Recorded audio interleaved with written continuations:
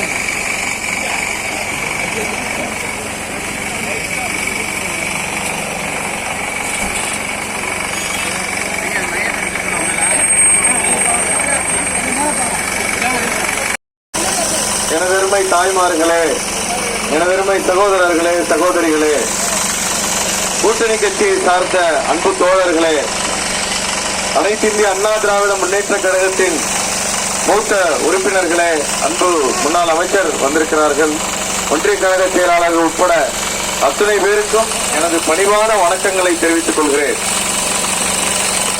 நீங்கள் கொடுத்த சிறப்பான வரவேற்புக்கு எனது நெஞ்சார்ந்த நன்றிகளையும் தெரிவித்துக் கொள்கிறேன்.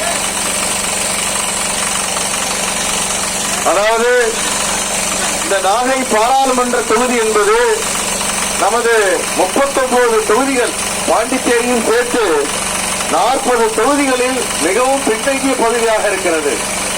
நான் ஒரு சாதாரண எளிய விவசாய குடும்பத்திலே பிறந்தேன். நான் படித்துக் கொண்டு வாழ்க்கையில் முன்னேற வேண்டும் என்ற உயரிய லட்சியத்தோடு நான் படித்த படிப்பு மனிதவள மேம்பாட்டுத் துறையிலே டாக்டர் பட்டம் வரைக்கும் உச்சபட்ச படிப்பு. அந்த டாக்டர் பட்டம் அதுக்கு மேல படிக்கிறதுக்கு ஒண்ணு. அந்த படிப்பை படித்து சட்டம் படித்து வழக்கறிஞராகி நான் தொடர்ந்து அந்த மனிதவளத்துறையிலே போய் கொண்டிருந்தேன். அப்பொழுது அந்த பகுதிக்கு ஏதாவது செய்ய வேண்டும்.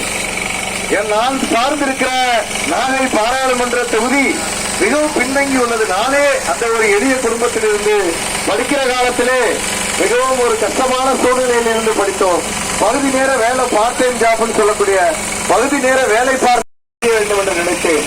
அதன் விளைவுதான் இதுவரை நான் சார்ந்த மனிதவள மேம்பாட்டுத் துறையிலே நான் தனியாரிலே அந்த நிறுவனங்களை நம்ம ஊருக்கு அழைத்து வந்து இதுவரை 5000 பேருக்கு தனியாரிலே நான் வேலை வாங்கி கொடுத்துள்ளேன். நான் ஊருக்கு வரும்போதெல்லாம் பார்க்கும் பொழுது பிள்ளைகள் 10வது 12வது பாலிடெக்னிக் ஐடி எல்லாம் படிச்சுட்டு வேலை இல்லாம இருக்கிறத பார்த்து இந்த வேலை செஞ்சுட்டு இருந்தேன்.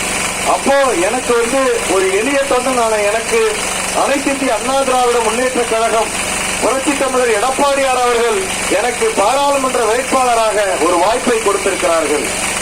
அந்த பொன்னான வாய்ப்பை பயன்படுத்திக் கொண்டு இங்கே கஷ்டப்பட்டுக் கொண்டிருக்கிற இளைஞர்களுக்கு 50,000 பேருக்கு நான் வேலை வாங்கி கொடுக்க வேண்டும் என்பது எனக்கு இலக்காக இருக்கிறது. அடுத்த 5 வருடங்களில் அதை நான் நடத்தியே தீர்வேன். இந்த ஊர் பசுமையாக இருக்க வேண்டும், வளர்ச்சி அடைய வேண்டும். இந்த ஊர் நமது பகுதி பாராளுமன்ற பகுதி வளர்ச்சி அடையாமல் தேக்க நிலையிலே இருக்கக்கூடாது. ஆங்கிலத்தில் சொல்வார்கள் அதாவது துருப்பிடித்ததை போல மத்திய அரசின் திட்டங்கள் இங்கே வராமல் இருக்கக்கூடாது. மத்திய அரசிலே எண்ணற்ற திட்டங்கள் இருக்கின்றன. நமது அன்பு அமைச்சர் நாகை மாவட்ட கழக செயலாளர் அன்பண்ணன் OS மணியன் அவர்கள் வேதா ஆயத்த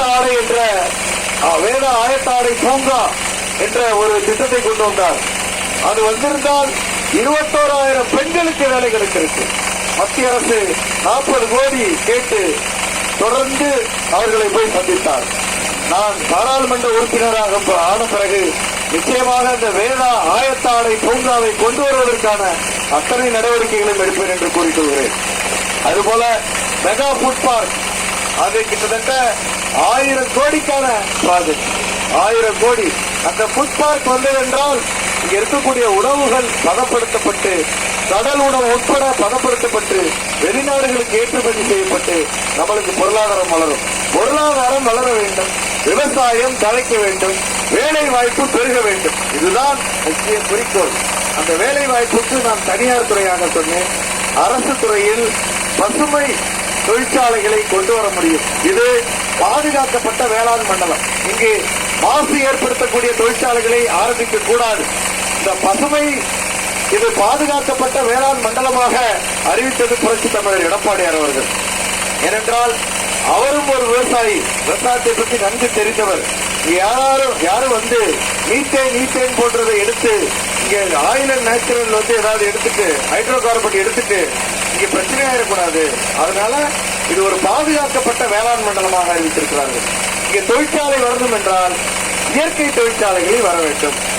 இயற்கை வேளாண்மையை ஊக்கப்படுத்த வேண்டும். நமது தொன்று தொட்டு செய்கின்ற வேளாண்மையை ஊக்கப்படுத்த வேண்டும். இந்த வேளாண்மையில் பார்த்தீங்கன்னா என்றால் காவிரியில் தண்ணீர் வர வேண்டும், அது வரவில்லை. தண்ணீர் இந்த இடைவெளியில் வர வேண்டும் என்று இருக்கிறது. ஆனால் அந்தந்த இடைவெளியில் வர வேண்டிய தண்ணீர், அதாவது 177.25 டிஎம்சி ஒரு வருடத்திற்கு கர்நாடகத்திற்கு கொடுக்க வேண்டும். அது இந்த இடைவெளியில் தான் கொடுக்கணும் என்று இருக்கிறது. அவைகள் எல்லாம் கொடுக்கப்படுவதில்லை. அதன் குரலாக நான் இருப்பேன். அந்த வர்ற தண்ணீர் ஆழமாக இருக்க வேண்டும். ஆறு ஏரி குளம் குட்டை வாய்க்கால் அத்தனையும் ஆழமாக இருக்க வேண்டும். அந்த குடிமராமத்து வேலைகளை பல திட்டங்கள் மூலமாக மத்திய அரசிலிருந்து கொண்டு வர முடியும். அதன் குரலாக நான் நிச்சயம் விளக்க விரும்புகிறேன். இரண்டாவதாக, அந்த வருகிற தண்ணீர் கடலில் கலந்துடக்கூடாது. அதை தடுப்பணைகள் மூலமாக நாம் அதை தடுக்க வேண்டும். புரட்சி தலைவி அம்மா காலத்திலே வெண்ணாறு, வெட்டாறு, கோரையாறு, பாண்டவாறு, வேளாங்கண்ணி ஆறு, அத்தனை ஆறுகளிலும் தடுப்பணைகளை கட்டி கடல் நீர் இங்கே வந்துவிடாத அளவுக்கு அவர்கள் அதை செய்தார்கள். ஆனால் இன்றோ கடந்த 10 வருடங்களில் எந்த விதமான முன்னேற்றமும் இல்லாமல் இருக்கிறது. மத்திய அரசிடமிருந்து திட்டங்களை கொண்டு ஆழப்படுத்தவும் தடுப்பணைகள் கட்டுவதற்கான நடவடிக்கைகளை நான் எடுப்பேன். அது மாத்திரமல்லாமல் உங்களுடைய அடிப்படை தேவைகளை அறிந்து நிறைய இடங்களில் வெள்ள காலங்களில் தங்குவதற்கு ஒரு சமுதாய கூடம், வெள்ள பேரிடர் காலங்களில் தங்குவதற்கான ஒரு சமுதாய கூடம் இல்லை. நிறைய இடங்களில் சாலை வசதிகள் சரியாக இல்லை. நிறைய இடங்களில் விவசாயத்துக்கான பிரச்சனைகள் நிறைய இருக்கின்றன. உரம் தட்டுப்பாடாக இருக்கிறது. உரம் தட்டுப்பாடாக இல்லாமல் இருப்பதற்கான நடவடிக்கைகளை நான் எடுப்பேன். இரண்டாவதாக, ஒரு நாடு வளர்கிறது என்றால் அதன் பொருளாதாரத்தை சார்ந்தது. ஒரு ஊர் வளர்கிறது என்றால் அதன் பொருளாதாரத்தை சார்ந்தது. பாராளுமன்ற தொகுதியும் அப்படியே.